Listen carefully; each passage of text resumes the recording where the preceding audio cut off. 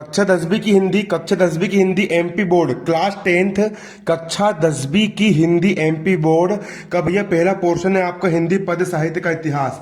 हिंदी पद साहित्य का इतिहास आप देख सकते हो। हिंदी पद साहित्य का इतिहास आपको परीक्षा में आएगा। यहाँ पर आप देख सकते हो पद साहित्य का इतिहास। पद साहित्य का इतिहास से आपको रीतिकाल और आधुनिक काल पूछा जाएगा। रीतिकाल और आधुनिक काल पेपर में आता है।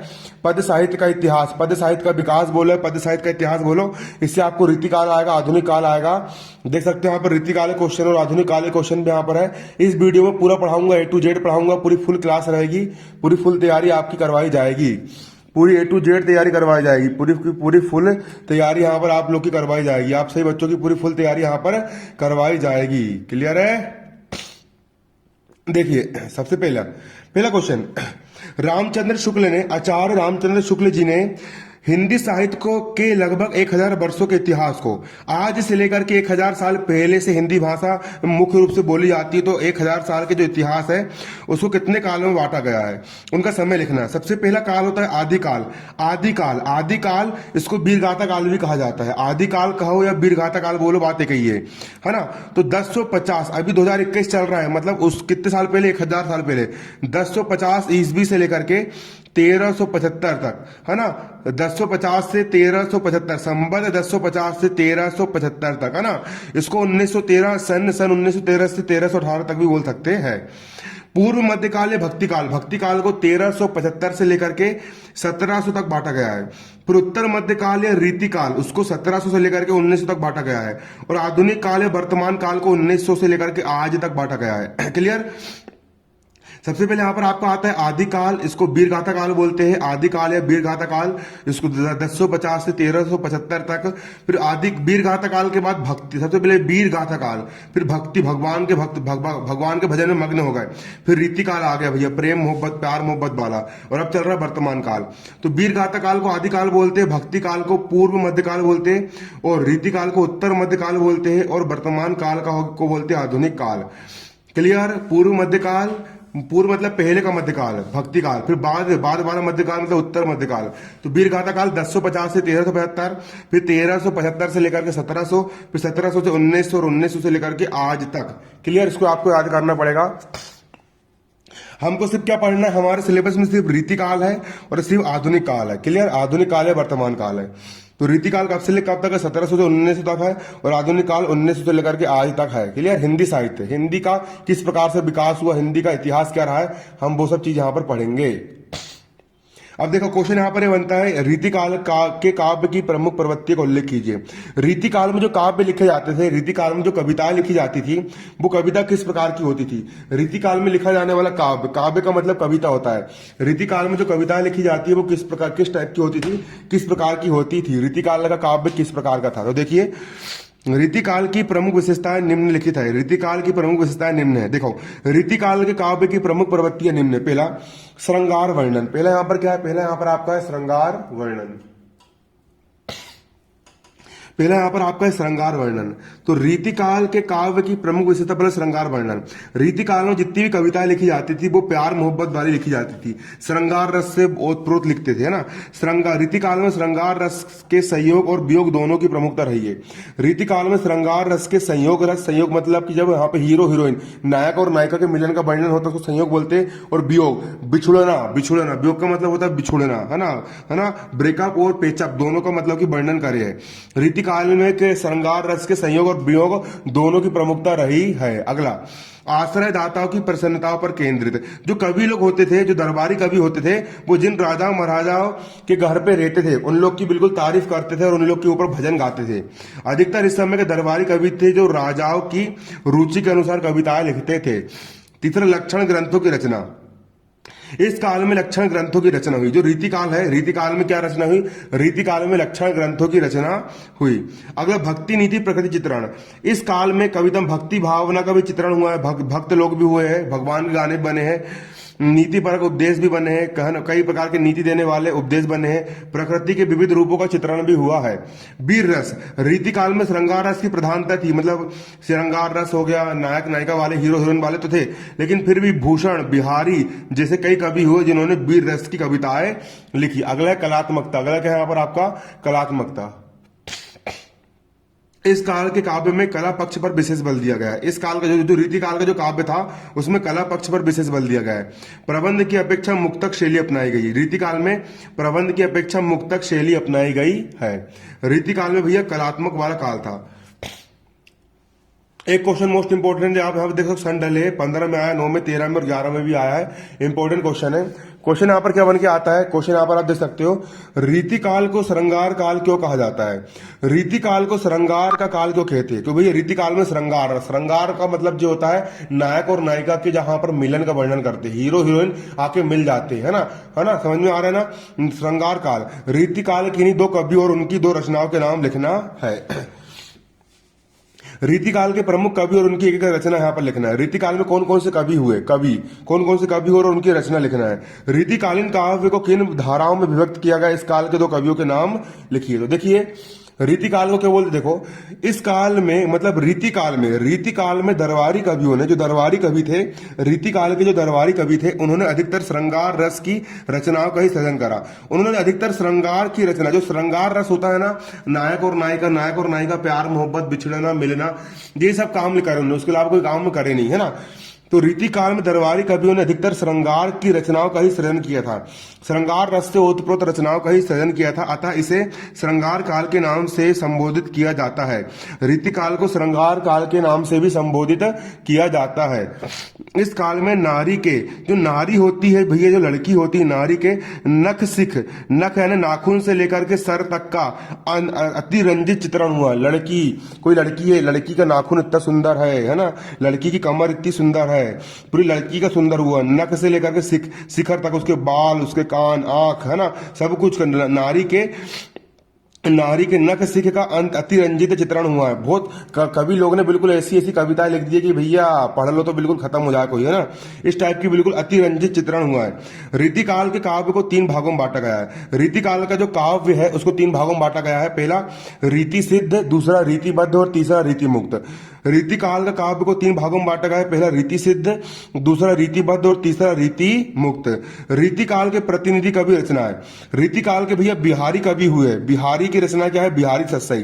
केशव जी हुए, केशव ने रामचंद्रिका की रचना की है। भूषण ने शिवराज भूषण की रचना की है। और घनानंद ने बिरह लीला की रचना की है। घनानंद ने किसकी रचना की है, बिरह लीला की रचना की है। किसने, घनानंद ने बिरह लीला की रचना की है। याद कर लो, बिहारी का बिहारी सत्सई, केशव का राम। पेपर में क्वेश्चन आता है भैया, रीतिकाल के प्रमुख 4 कवि और उनकी रचनाएं के नाम लिखो, तो 4 नंबर का आएगा। बिहारी ने क्या लिखा है, बिहारी सत्सई। केशव ने लिखा है रामचंद्रिका। भूषण ने लिखा है शिवराज भूषण। और घनानंद ने लिखा है बिरह लीला। अगला यहाँ पर आपको क्वेश्चन यहाँ पर ये बन के आता है, रीतिकाल की देन पर संक्षेप में प्रकाश डालिए। किसकी, रीतिकाल की जितनी भी देन है, रीतिकाल की देन पर संक्षेप में प्रकाश डालिए।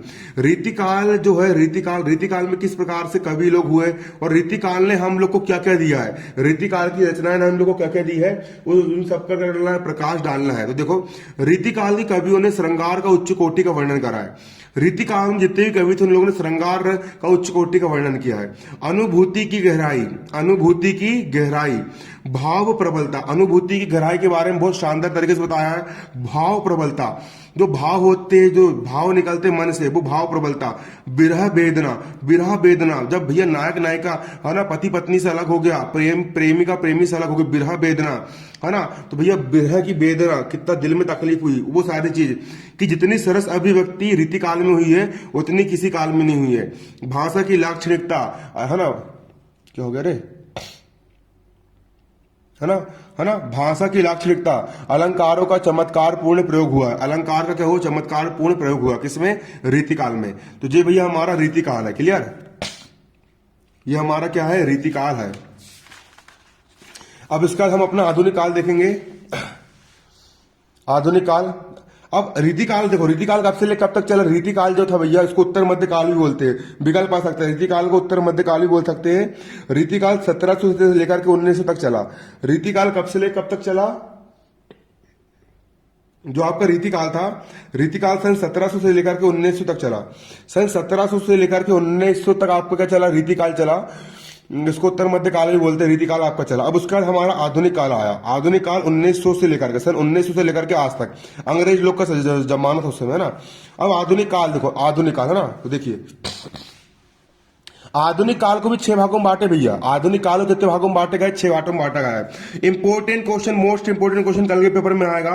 आधुनिक काल को कितने भागों में बांटा गया है, उसके प्रकार सहित समय अवधि और प्रमुख कवि लिखिए। आधुनिक काल को कितने भागों में बांटा गया है? मोस्ट इंपॉर्टेंट क्वेश्चन, आधुनिक काल को कितने भागों में बांटा गया है? इंपॉर्टेंट आईएमपी क्वेश्चन है भैया। आधुनिक काल को कितने भागों में बांटा गया है? इंपॉर्टेंट क्वेश्चन है आधुनिक काल। तो देखिए आधुनिक काल को 6 भागों में बांटा गया है। सबसे पहले रट लो, याद कर लो। सबसे पहला भारतेंदु युग, आधुनिक काल को 6 भागों में बांटा गया। पहला भारतेंदु युग, दूसरा द्विवेदी युग, तीसरा छायावादी युग, चौथा प्रगतिवादी युग, पांचवा प्रयोगवादी युग और छठवां नई कविता। भा द्वि छा प्र न, है ना। भारतेंदु युग, भारतेंदु युग कब से कब था? भारतेंदु युग 1850 से लेकर के 1900 तक चला। फिर द्विवेदी युग आया, द्विवेदी युग 1900 से लेकर के 1920 तक चला। फिर छायावादी युग आया, छायावादी युग 1920 से लेकर के 1936 तक चला। फिर प्रगतिवादी युग आया, प्रगतिवादी युग 1936 से लेकर के 1943 तक चला। फिर प्रयोगवादी युग आया, प्रयोगवादी युग 1943 से लेकर के 1950 तक चला।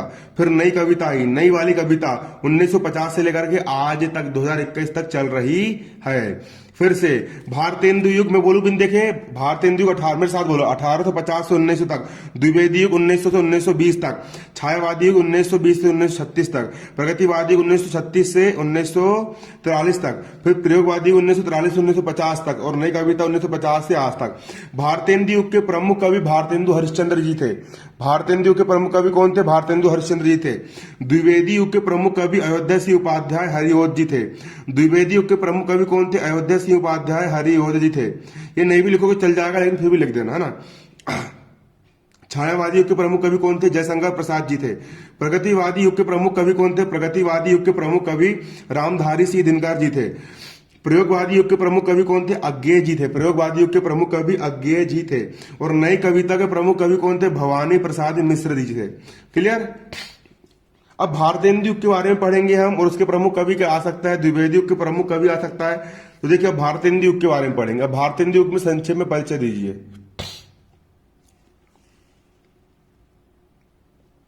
क्वेश्चन क्या बन के आ सकता है आपका? भारतेंदु युग का संक्षिप्त परिचय दीजिए।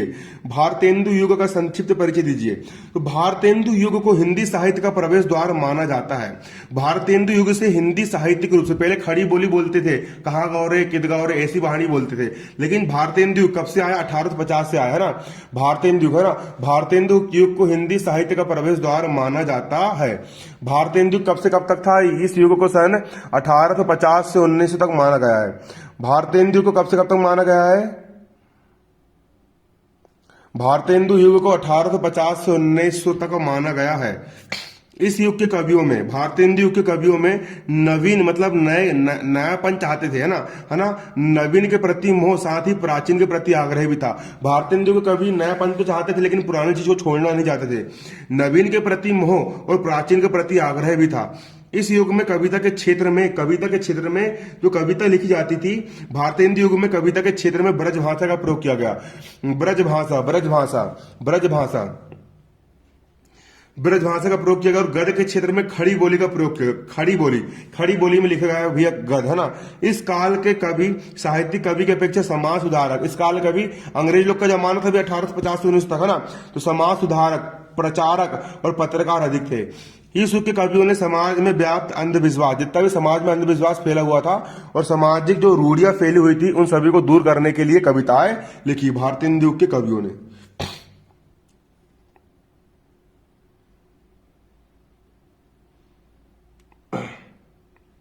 क्लियर। अगला यहां पर आपको क्वेश्चन है, भारतेंदु युगीन कवि काव्य की 4 विशेषताएं लिखी है। अब भारतेंदु युगीन काव्य की 4 विशेषताएं लिखिए। भारतेंदु युगीन काव्य की 4 विशेषताएं लिखना है। भारतेंदु युग का जो काव्य था उसकी चार विशेषताएं कौन कौन सी? तो देखो, पहली विशेषता है देश प्रेम का भाव। देश प्रेम का भाव, उस समय अंग्रेज लोग का जमाना था, तो भैया उस टाइप की कविता में देश प्रेम झलकता था। भारतेंदु युगीन काव्य में देश प्रेम और राष्ट्रीयता का अंकन हुआ है, हाँ, देश प्रेम की भावना जगी है। अगला दूसरा, जन जीवन का चित्रण। भारतेंदु युग के काव्य में सामाजिक चेतना परक काव्य लिखा गया है, पूरे समाज के बिल्कुल जन जीवन का चित्रण किया गया है। अगला, हास्य व्यंग पर पुट। इस युग के काव्य में विदेशी भाषा और शिक्षा पर व्यंग, जो विदेशी भाषा अंग्रेजी थी, अंग्रेजी की बिल्कुल धज्जी उड़ा दे, अंग्रेजी की अच्छी बुराई करे, है ना, और शिक्षा पर व्यंग, क्योंकि भैया विदेशी शिक्षा क्या है, नौकर बनाती है ना, विदेशी भाषा और शिक्षा पर व्यंग किया गया एवं हास्य के माध्यम से करारा प्रहार किया गया है। अगला, प्राचीन और नवीन का समन्वय। प्राचीन और नवीन का समन्वय। भारतीय कवियों ने एक और पौराणिक राधा कृष्ण आदि के संबंधी काव्य में रचना करी।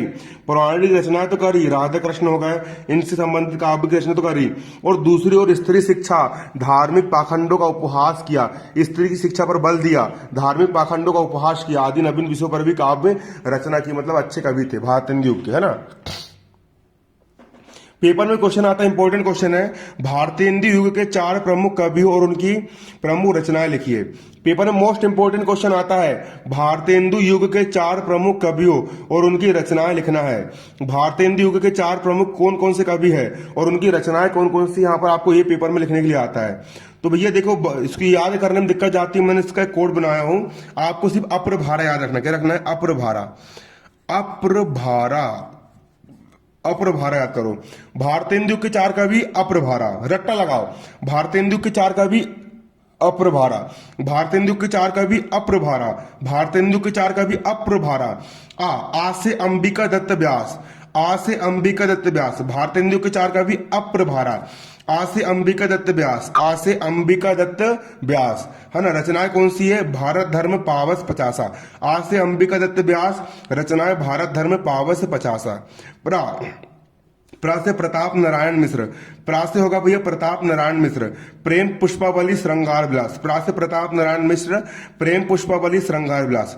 भा से भारतेंदु हरिश्चंद्र, प्रेम सरोवर वेणु गीति, रटना पड़ेगा, याद करना पड़ेगा। भा से भारतेंदु हरिश्चंद्र, प्रेम सरोवर वेणु गीति। और रा से राधा चरण गोस्वामी, रा से राधा चरण गोस्वामी, नव भक्त माल, नव भक्त माल, राधा चरण गोस्वामी, नव भक्त माल। क्लियर? ये आपका भारतेंदु यहां पर आपका खत्म हो गया। इसके बाद आता है हमारा द्विवेदी युग। अब भारतेंदु के बाद कौन सा युग आया आपका? द्विवेदी युग आया, 1900 तो 1920 तक आया द्विवेदी युग। क्वेश्चन आता है द्विवेदी युग के काव्य की विशेषताएं बताइए।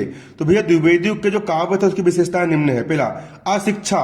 भैया जो सब तरफ जो अशिक्षा फैली हुई थी, जो गरीबी फैली हुई थी, और जो अंग्रेज लोग ने जो अत्याचार करे थे, अत्याचार से मुक्ति की कामना, है ना, मुक्ति की कामना के लिए यहाँ पर काव्य लिखा गया। अशिक्षा, गरीबी, अत्याचार से मुक्ति की कामना, देश प्रेम और राष्ट्रीयता को बढ़ावा देने वाला काव्य लिखा गया। नारी के प्रति सहानुभूति व्यक्त की गई है। क्या व्यक्त की गई है?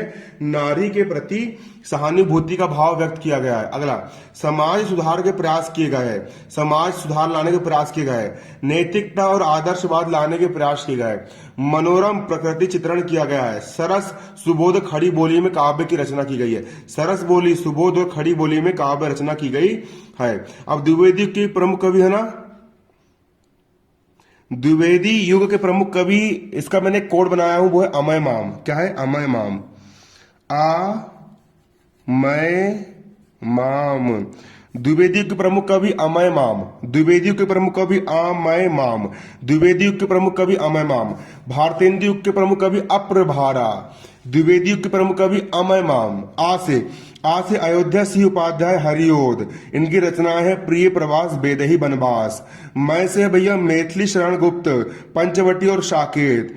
इंपॉर्टेंट क्वेश्चन है। माँ से माखनलाल चतुर्वेदी, हिम किरीटनी और समर्पण। और माँ से महावीर प्रसाद द्विवेदी, काव्य मंजूषा सुमन। गला बैठ गया भैया।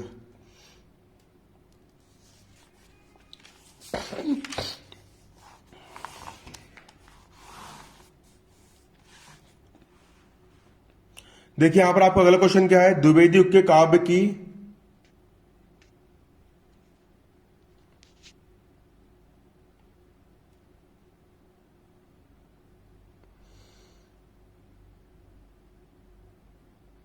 देखिए अगला क्वेश्चन यहाँ पर क्या है आपका, द्विवेदी युग की कविता की 3 विशेषताएं लिखकर 2 कवियों के नाम लिखना है ना। ये उसी से आपको पढ़ा चुका हूं मैंने। अगला, द्विवेदी युग के बाद क्या है, छायावादी युग आया। देखिए द्विवेदी के बाद आया हमारा छायावादी युग, 1920 से 1936 तक चला है ना। अब छायावादी काव्य की कौन कौन सी विशेषताएं, इंपॉर्टेंट क्वेश्चन है भैया, 9 और 15 में आया है, आईएमपी लगा दे रहा हूं इसको मैं, है ना। छायावादी काव्य की प्रमुख विशेषताएं, तो छायावादी काव्य की प्रमुख विशेषताएं निम्न है। पहला, व्यक्तिवाद की प्रधानता, इसमें व्यक्तियों की भावनाओं का आदर हुआ है। छायावादी में क्या हुआ है, छायावादी काव्य, छायावादी की जो कविता लिखी थी, मतलब कि 1920 से 36 की भी जो कविता लिखी गई थी, उसमें व्यक्तिवाद की प्रधानता, मतलब व्यक्तियों की भावनाओं का आदर हुआ है, व्यक्ति की भावनाओं का सम्मान किया गया है, सम्मान किया गया है। अगला, अगला श्रृंगार की भावना, श्रृंगार की भावना, छायावादी काव्य मुख्यतः श्रृंगारी काव्य है। छायावादी काव्य जो वो कैसा काव्य है, श्रृंगारी काव्य है। छायावाद का श्रृंगार उपभोग की वस्तु नहीं बल्कि कौतूहल का विषय है। यहाँ का जो श्रृंगार है वो नारी को उपभोग नहीं कि भी नारी का भोग कर लो हवस के पुजारी, ये सब नहीं है ना। छायावाद का श्रृंगार उपभोग की वस्तु नहीं बल्कि कौतूहल का विषय है, मजा लेने का विषय है। अगला, प्रकृति चित्रण, है ना। प्रकृति का मानवीकरण हुआ है, मतलब कि प्रकृति को मानव के रूप में तुलना करके कविताएं लिखी गई है, क्लियर है ना। अगला, अगला तुम्हारा सौंदर्यानुभूति, छायावादी कवियों की दृष्टि बाह्य सौंदर्य की अपेक्षा आंतरिक सौंदर्य में अधिक थी। वो बाहरी सौंदर्य नहीं देखते थे बल्कि अंदर का सौंदर्य देखते थे। अगला, वेदना और करुणा की अधिकता, वेदना और करुणा की अधिकता, वेदना मतलब कि वेदना और करुणा मतलब कि दया को स्पष्ट रूप से उजागर किया गया है। अगला, अज्ञात सत्ता के प्रति प्रेम, इस अज्ञात सत्ता को कभी प्रेयसी के रूप में तो कभी चेतन प्रकृति के रूप में देखता है। अगला, नारी के प्रति नवीन भावना, छायावाद में श्रृंगार और सौंदर्य का संबंध नारी से, लेकिन वे रीतिकालीन नारी की तरह नहीं। रीतिकाल में कभी लोगों ने नारी की बिल्कुल धज्जी उड़ा दिए थे, नारी के बारे में रीतिकाल कभी ने ऐसा लिखे भैया सुंदर, तो भैया उपभोग की वस्तु बना ली नारी को, जबकि नारी उपभोग की वस्तु नहीं है, जबकि नारी आदर करने योग्य है। वे पार्थिव जगत की स्थूल नारी ना होकर के भैया भाव जगत की सुकुमार देवी है, रणचंडी है नारी, है ना। ऐसा कहां बताया गया है भैया, छायावादी काव्य में बताया गया है। अब पेपर में क्वेश्चन आता है आप लोग को, छायावादी 4 प्रमुख कवि और उनकी 2-2 रचनाएं लिखिए। छायावादी 4 प्रमुख कवि और उनकी 2-2 रचनाएं लिखने के लिए आता है।